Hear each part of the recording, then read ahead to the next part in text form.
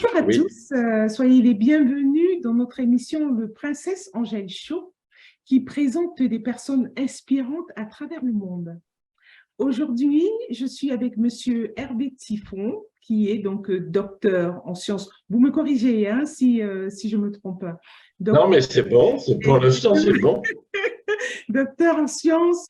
Et ce que je voulais souligner, c'est que c'est un monsieur que je trouve vraiment extraordinaire et que je l'ai connu, on se connaît depuis, allez, on va dire pas mal d'années. Allez, on va dire ça comme ça. Et on s'est connu à l'université de Nice, Sophia Antipolis. Et plus tard, je vous dirai comment. Voilà, Princesse Angèle. Donc, je suis Angèle Bontugol-Ognier. J'ai créé ce show, comme je l'appelle, pour pouvoir mettre en valeur les personnes inspirantes qui sont autour de nous, dont on ne parle pas souvent, mais qui font des choses merveilleuses. Moi, je les appelle les héros ordinaires. Voilà, donc je vous laisse avec Hervé Tiffon qui va se présenter. C'est à vous, monsieur Tiffon. On Très va bien. s'appeler par nos prénoms. Hein, c'est à vous, Hervé. Hein. C'est ce qu'on fait d'ailleurs dans la réalité.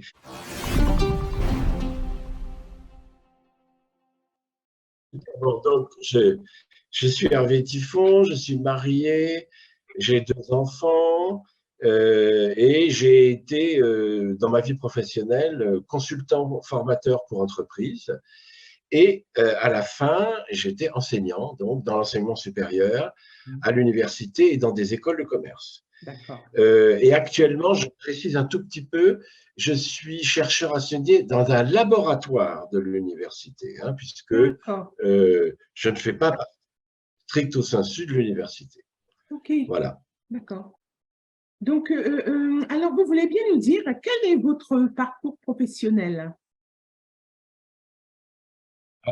Bien sûr, oui. Donc, j'ai fait des études d'ethnologie et je me suis ensuite dirigé vers le conseil et la formation en entreprise D'accord. dans le domaine des relations humaines, du management. Ça s'est étoffé progressivement Mhm. et au final, dans la gestion des ressources humaines. Et donc, ensuite, j'ai passé un doctorat en sciences des organisations, dont on parlait tout à l'heure. D'accord. Et je suis devenu enseignant, donc comme je vous l'ai indiqué. D'accord, d'accord. Et alors, pourquoi l'ethnologie? Qu'est-ce qui vous a poussé vers cette branche? Moi, je suis une passionnée d'ethnologie, mais de loin. Je suis vraiment novice. Oui. C'est le peu que je vois, déjà, ça m'intéresse. Alors, c'est pas toujours facile de dire pourquoi on a choisi C'est vrai, c'est vrai. telle chose. Je pourrais dire, je vous dire j'aime, mais pourquoi j'aime? Ouais, bah, Mais quand c'est ça. j'étais plus jeune, ben, j'étais attiré par les différentes cultures que je pouvais voir de là où j'étais, c'est-à-dire j'étais en France, D'accord. et j'étais vraiment intéressé par les différences entre les cultures. Voilà. Et c'est d'ailleurs le thème C'est ça. qui, je crois, est toujours présent dans mes recherches. C'est ça, c'est ça. Donc, intérêt pour les différentes cultures. D'accord, je vois. Voilà. Et alors, du coup, pour la culture en général, pour le phénomène de la culture en général. En général, d'accord, d'accord, d'accord. C'est très intéressant. Et donc, vous avez un doctorat en sciences des organisations. Ce que je comprends, Oui, c'est que par la suite, vous êtes devenu enseignant. Hein. Et oui, pourquoi vous oui. avez décidé de passer ce doctorat? C'est-à-dire, en fait, ce que j'essaie de faire comme parallèle, c'est de savoir si, par exemple, il y a Oui. des gens qui s'intéressent à cette branche dans laquelle vous êtes. Est-ce que c'est absolument nécessaire d'avoir un doctorat? Est-ce qu'on peut y entrer autrement?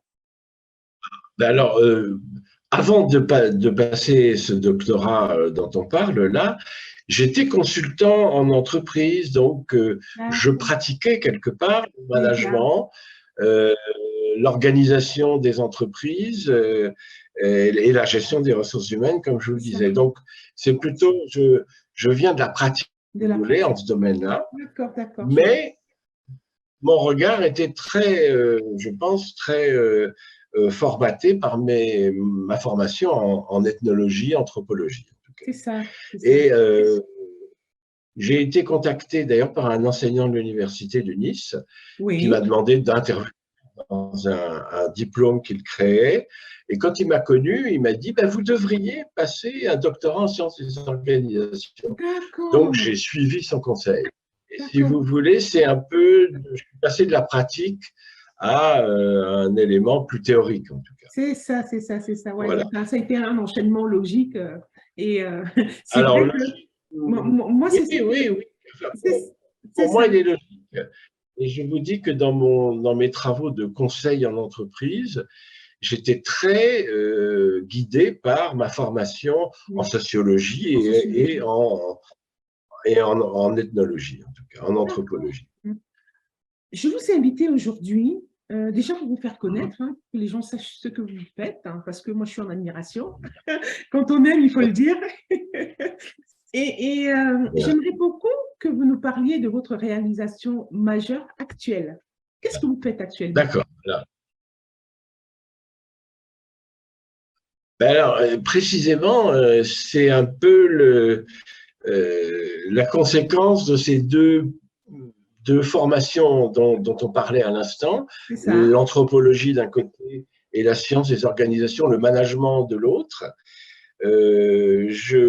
Alors, en tant qu'enseignant, déjà, j'ai commencé par écrire des communications dans des congrès.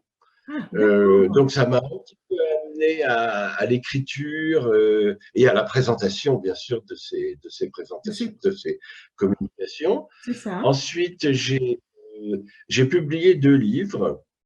Un premier qui est ma thèse de doctorat sur les relations entre l'individu et les différentes organisations auxquelles il appartient. Et puis D'accord. un deuxième livre qui s'appelle Construction du sens et management, qui est précisément un peu la rencontre entre l'anthropologie et le management. Et la réalisation actuelle, puisque c'était votre question, Angèle, hein, Oui, sur une oui, oui, réalisation tout à actuelle, fait. c'est que j'ai été un peu, je ne sais pas comment vous dire, aspiré par le rôle du langage. Donc, l'importance du langage m'est apparue depuis très longtemps et je voulais, quelque part, c'était un peu une sorte d'obsession personnelle, Mhm. m'expliquer ce qu'est la culture. On parlait tout à l'heure de culture, D'accord. les cultures, les différentes cultures, la culture d'une manière générale. C'est une notion centrale en anthropologie, mais quelque part, je comprenais ce que c'était, Mhm. mais je n'arrivais pas toujours à l'expliquer, ni à me C'est l'expliquer. vrai, c'est vrai, c'est vrai, Donc, c'est vrai. c'est ça mon obsession, si vous voulez. Et donc, j'ai fait un travail de recherche qui s'est objetisé sous la forme d'un livre qui est paru dernièrement, qui s'appelle Essai sur la naissance du culturel. J'essaie d'expliquer en quoi consiste la culture humaine et qu'elle est essentiellement issue du langage que nous avons, nous les humains, c'est-à-dire un langage articulé, complexe, et que Mhm. moi j'appelle ouvert, puisqu'il a la qualité par rapport aux langages animaux qui sont des langages fermés, il a la qualité de pouvoir tout, tout présenter, tout analyser, tout dire quelque part. Voilà, donc c'est le travail que je suis en train de mener actuellement et que j'essaie de perfectionner. Et ça, c'est un travail qui va plaire particulièrement à l'UNESCO. Vous connaissez Ah, oui, oui. c'est ça, c'est leur domaine d'intervention. Donc, l'UNESCO, c'est l'Organisation des Nations Unies Oui, pour la science et la culture. Et c'est oui. vrai que ce genre de thème expliqué, comme vous l'expliquez, je pense que ça pourrait être intéressant. On en parlera hors caméra, hein. On essaiera de voir comment on peut vous mettre en relation avec eux. Avec plaisir. Je pense que vos travaux les intéresseront beaucoup. Et donc voilà, Écoutez. bon, je comprends mieux. Je comprends mieux parce que effectivement, j'ai vu la petite vidéo que vous m'avez envoyée, mais effectivement, si on n'a pas toute cette introduction, en fait, on ne comprend pas bien le lien entre tout ça et Bon, ben, écoutez, tant mieux c'est un petit peu plus clair, en tout cas, mais c'est quelque chose qui m'anime hein, depuis très longtemps et que, quelque part, je mets à jour pour moi actuellement, C'est ça. en travaillant. C'est ça. Et alors, comment vous en avez eu l'idée de faire de cette réalisation? Oui, alors, comme je vous disais tout à l'heure, la culture, c'est une notion centrale pour les ethnologues et les anthropologues. Mhm. J'avais un peu de mal à me... Je comprenais son importance. C'est un petit peu comme un méga système d'exploitation, la C'est culture. C'est ça, ce qui nous permet de fonctionner, de vivre, et entre autres d'échanger, puisque c'est ce qu'on fait actuellement. actuellement. Et voilà, alors il y a des gens qui ont travaillé, qui l'ont défini magnifiquement, mais il y a quelque chose que j'arrivais toujours pas à m'expliquer moi-même. Tout à Et fait. donc, ça a été le moteur, si vous voulez. Comment expliquer la culture? Et du coup, comme je vous l'ai dit, ça part du Mhm. langage ouvert, C'est ça. permet donc de dire tout ce qu'on peut penser ou dire, Mhm. et qui a amené, ça c'est dans le livre Oui. que j'ai publié, Vous la l'avez là, le cognition. livre? Si vous l'avez près de vous, vous Ouais. pouvez le montrer. Voilà. Alors, Alors, voilà, je ne sais pas si vous le voyez bien. voilà, là, on le voit bien. Euh, Là, on le voit parfaitement bien. Donc, c'est voilà, Essai donc sur c'est la naissance du culturel. voilà. La D'accord. légende des humains. Oui, Euh, donc, c'est paru chez l'Harmattan. oui. Et donc, la cognition, l'intelligence humaine, finalement, c'est la pensée qui fonctionne avec le langage. D'accord. On pense avec les mots, ce qui ne veut pas dire qu'il n'y a pas une pensée euh, non n'utilisant pas le langage, mais c'est la pensée avec le langage, elle s'est rajoutée progressivement, elle s'est superposée Mhm. à la pensée préverbale que nous avions avant, notamment nos ancêtres, Oui, les, euh, les grands singes et les australopithèques, etc. c'est ça, c'est ça, Voilà. c'est ça.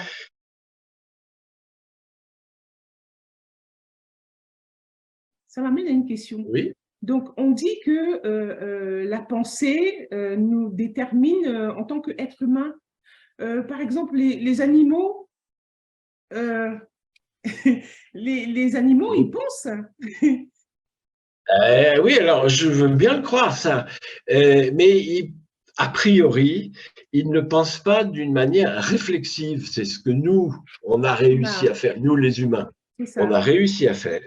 Hein, mais on vient, alors si on suit la théorie de l'évolution, on vient des animaux, hein, on vient Exactement. des chimpanzés, gorilles, etc. Enfin, il y a eu une divergence il y a quelques millions d'années, hein, comme vous le savez. D'accord. Et effectivement, les animaux ont une pensée, ils aiment des choses, ils ont peur de choses, Tout à fait. etc. Alors que nous, humains, on a réussi l'exploit de créer un langage qui est capable d'évoluer, de Exactement. créer des D'accord. nouveaux mots, etc. Et qui nous donne une pensée qu'on peut appeler réflexive, et qui s'est, comme je vous le disais tout à l'heure, ajouté à la pensée préverbale que nous avions avant et que nous avons toujours d'ailleurs. D'accord, je comprends mieux, je comprends beaucoup mieux. Alors, ce que je voulais dire aussi aux téléspectateurs, avant d'oublier, c'est que Monsieur Hervé Tiffon, je le connais depuis, on s'est connus en 2008, alors que j'étais étudiante donc à l'IAE de Nice, Université de Nice Côte d'Azur, et c'était mon professeur de management des organisations. Et en fait, c'est Monsieur Hervé Tiffon qui m'a donné ce goût et cette passion du management parce qu'il a su, c'est un professeur, je ne sais pas si vous enseignez encore, mais c'était un professeur formidable. Et je suis à la retraite, voilà. Mais Bon, voilà. je n'en suis Non, non. Alors, c'était un professeur formidable qui était très patient, très calme et qui savait vraiment nous partager son savoir. Et en fait, je l'invite sur cette émission aussi parce que c'est une émission où on partage nos expériences, on partage notre savoir. Et c'est grâce à vous, Hervé, que je suis devenue consultante en management des organisations. d'accord. Alors, Je pense grâce à moi et d'autres aussi, bien évidemment. Hein. C'est Et toujours c'est ça, et d'autres aussi, hein, ne faisons pas de jaloux, et d'autres aussi. Et c'est vrai que cette matière dont je me suis orientée vers le conseil, en fait, depuis 2007, parce qu'avant ça, j'avais passé un master en gestion de projets et d'affaires au CNAM de Paris. Et en fait, je me suis orientée et c'est venu tout naturellement. Je crois que ça faisait en fait partie de moi, comme vous avez dit, on aime, on ne sait pas pourquoi. Je crois que c'est ça, hein, Ça, c'était en vous, et puis peut-être que ça s'est révélé à ça, l'occasion de certaines de vos études ou de certaines études. Je crois que c'est exactement. valable pour tout le monde. C'est valable J'ai pour tout le l'impression monde. vraiment qu'on porte quelque chose et qu'on arrive à se le dire. À un moment ou à un autre. Et c'est vrai que ce que vous dites, c'est vrai. Comme on vous avait proposé d'enseigner à l'université de Nice, à l'IAU de Nice, en fait, je me souviens d'une anecdote, je vais faire très court. J'ai commencé à faire du mentoring en 2018, mais tout à fait par hasard. Hein, ils sont venus me chercher, donc j'ai commencé à mentorer des jeunes entrepreneurs. Donc, je suis mentor en entrepreneuriat depuis 2018. Et en fait, avant qu'on me propose de devenir mentor, un jour, je suis dans le métro à New York et j'ai un monsieur qui me propose de faire mon portrait. Je lui donne quelques pièces, je dis d'accord. Et puis, il me fait mon portrait, et puis il me regarde, mais étrangement. Et il me dit, Madame, vous enseignez? Et je lui dis, bah, pas du tout, j'enseigne pas, moi je suis consultante en management, je travaille pour les Nations Unies et tout ça. Il me dit, vous devriez enseigner. Et moi je lui dis, Ah, oui, oui, oui, oui. Il me dit, il faisait mon portrait, il me dit, vous devriez enseigner. Et je lui dis, mais j'ai rien enseigné, moi. Et plus tard, j'y ai pensé, bah, vous me l'avez dit d'ailleurs, hein, j'y ai pensé en me disant, mais j'ai envie de transmettre en fait le savoir. Bah, je me suis retrouvée mentor. Et c'est vrai que les eh expériences ben de la voilà. vie, oui, oui, oui, les expériences de la vie font que, Donc, voilà. il a vu ce qu'il y avait en vous à ce moment-là. C'est Voilà. ça, c'est ça. Donc, j'ai plus le portrait, je l'aurais bien montré, mais je l'ai plus, je sais pas ce que j'en ai fait. Voilà. Revue scientifique que vous avez écrit avec Marie-Josée Scotto. Voilà, avec une des Voilà. collègues. Une de vos Une- collègues avec qui j'ai été en contact d'ailleurs aussi et que j'aimerais bien recevoir dans cette émission. Voilà, ben alors vous pouvez lui proposer, bien évidemment. Bah Hein. oui, je vais lui Oui, proposer. une école de commerce où je travaillais, Oui, l'ILPAG à Nice et à Paris, oui, c'est ça, l'IPAC. et elle m'a un peu attiré dans le domaine du management vers toute la problématique de la diversité, Exactement. Ça euh, m'intéresse beaucoup. de, de l'égalité femmes-hommes, etc. C'était pas comment vous dire, mon truc premier, mais Oui. ça m'a intéressé et on a travaillé ensemble. Et du coup, j'ai découvert des choses, bien Alors, évidemment, qu'avez-vous découvert? sur Dites-moi. ah, peut-être déjà de me rendre compte de la problématique, si vous voulez. Exactement. Peut-être parce que je suis un homme, ça ne Exactement. m'apparaissait pas comme Évident. fondamental. C'est ça. Et en fait, je me suis rendu compte que ça avait une importance et je vois que ben, dans le monde actuel, on en parle beaucoup, que ce soit l'égalité homme-femme ou vis-à-vis des minorités C'est ethniques, ça, l'égalité des religieuses. Et, genres. C'est ça, voilà. les Et diversités. voilà. Moi, si vous voulez, j'étais pas trop dans ce truc-là Mhm. et j'ai vu l'importance que ça pouvait avoir, en tout C'est cas. ça. Et c'est très important d'en parler déjà, parce que j'ai remarqué que dans certains milieux, quand on en discute, les gens, ils prennent toujours ça un peu à la légère en se disant, ouais, vous les femmes, voilà, machin, Oui, oui, je comprends. c'est ça, Ce qui pouvait être mon attitude avant, si vous voulez, parce c'est que ça. pour moi, ce n'était pas une problématique. Voilà. Mais je me suis rendu compte que c'en était une et que donc je suis plus respectueux maintenant de tous ces éléments-là. C'est ça, c'est ça. Et nous, on aime en parler. Moi, j'aime en parler parce que je fais beaucoup de sensibilisation. Et Oui, c'est vrai que voilà, on parle beaucoup de parité, on parle d'égalité des genres, voilà, de discrimination, de diversité. Et en fait, je me rends compte que c'est un thème c'est de plus en plus abordé, hein, mais c'est un thème Ah qui est oui, ça, encore considéré par la majorité comme pas très important. Et je pense que c'est très bien que des hommes, hein, il y a un programme aux Nations Unies qui s'appelle le He for She. Et on invite les hommes à adhérer à la cause des femmes. Donc, vous êtes un He for She. C'est bon, des hommes qui soutiennent la j'y cause. suis arrivé. Oui.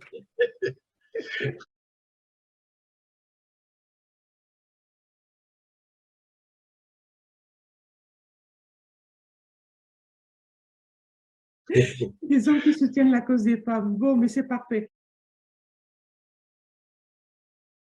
On reste sur ce thème, donc, Oui. hein, de la naissance du culturel par le langage ouvert. Depuis que le livre est paru, j'ai continué de travailler le thème. D'accord. Et en fait, mon projet serait d'en faire une traduction en anglais. Ah, Hein, d'accord. puisque Oui, oui. bon, j'aimerais bien élargir le lectorat, si vous voulez. D'accord. Bon, l'anglais est actuellement la langue mondiale de la recherche. Hein, c'est plutôt un travail destiné à des enseignants, des chercheurs, des enseignants-chercheurs, mais j'aimerais bien l'élargir. Oui. En tout cas, traduire le livre en anglais et en intégrant quelques éléments nouveaux que j'ai pu travailler, développer depuis la parution du livre. Voilà. Ce serait ça mon grand projet. C'est ça le grand projet à venir. Et alors, donc, il vous faudrait, c'est quoi? Mais comment ça se passe? C'est une maison d'édition qui traduit le livre? Comment ça se passe? Il doit y avoir plusieurs configurations. J'imagine que mon rêve, si vous voulez. Le rêve. Allez, ici, on est dans le domaine des rêves. Oui, mais c'est. Alors, dans le travail sur le culturel, le rêve a son importance, hein, et dans le langage également, hein, puisque précisément le langage humain, j'y reviens dessus, il est ouvert parce qu'il peut intégrer le rêve. Il peut décrire les rêves. Parfait. Alors, mon rêve, ce serait qu'une maison d'édition, soit universitaire, soit non, hein, prenne en charge ou une institution. Oui. Vous parlez de l'UNESCO. Oui. Allez, on peut leur demander. Hein, au pire, ils diront non. Prenne en charge la traduction de ce travail, donc en anglais. Exactement. Et comme je l'ai dit, permettrait d'intégrer des nouveaux développements. Voilà. C'est ça mon grand projet dans ce domaine-là, en tout cas actuellement. Parfait, c'est réalisable. On va chercher. Hein, on va activer on va activer les moteurs et essayer de trouver ça. De mon côté, je cherche, je n'ai pas encore trouvé. Bon, mais déjà, on le saura. Hein, dans mon réseau, on le saura. Alors, dites-moi, le temps passe très, très vite. Il ne nous reste pas beaucoup de temps. J'aimerais vous demander, est-ce que vous avez un conseil à donner à des jeunes qui seraient intéressés par votre parcours pour pouvoir faire la belle carrière que vous faites, devenir chercheur, enseignant-chercheur et tout ça? Alors, belle carrière, oui, on peut le dire a posteriori. Quand on est dans la carrière, on est plus à se poser des questions. Mais justement, alors, c'est pas très facile de donner des conseils parce que c'est. Ça, c'est vrai. Mais peut-être, moi, ce que je dirais, c'est d'arriver à vivre ses obsessions quelque part. Il ne faut pas que ça soit trop obsessionnel, mais on a chacun quelque chose qui travaille et de les vivre quelque part, de les positiver, hein, de les réaliser à travers le métier que l'on exerce, ou les métiers que l'on exerce. En tout cas. Ce serait ça un conseil. Un conseil, voilà. Notre interview est terminée déjà. Et c'est passé vite, c'est passé très très vite. Mais je pense qu'on en refera une autre. Je pense. Volontiers, puis nous, on pourra toujours en avoir non enregistré. Hors caméra. Voilà, mais écoutez, merci beaucoup. Ben, je suis vraiment heureuse de vous avoir reçu dans mon émission Le Princesse Angèle Show. J'étais aujourd'hui avec Monsieur Hervé Tiffon et vous pouvez retrouver cette interview sur notre page YouTube de Princesse Angèle Show, c'est écrit en anglais, La Princesse Angèle Show, et aussi sur dans notre groupe Solidarité, Coopération et Développement International, où nous parlons beaucoup des objectifs de développement durable, de diversité, de culture, d'art et de plein d'autres choses. Voilà, j'étais avec Hervé Tiffon, je suis Princesse Angèle, c'est moi. Et moi, eh bien, justement, je vous remercie beaucoup, Princesse Angèle, et bonne continuation Merci beaucoup, dans Hervé. vos activités. C'est très Merci intéressant. infiniment et merci pour tout. Merci pour vos conseils et votre accompagnement. Merci pour tout. Voilà. Merci. Merci aussi à vous. Au revoir. Au revoir. À très bientôt. Au revoir.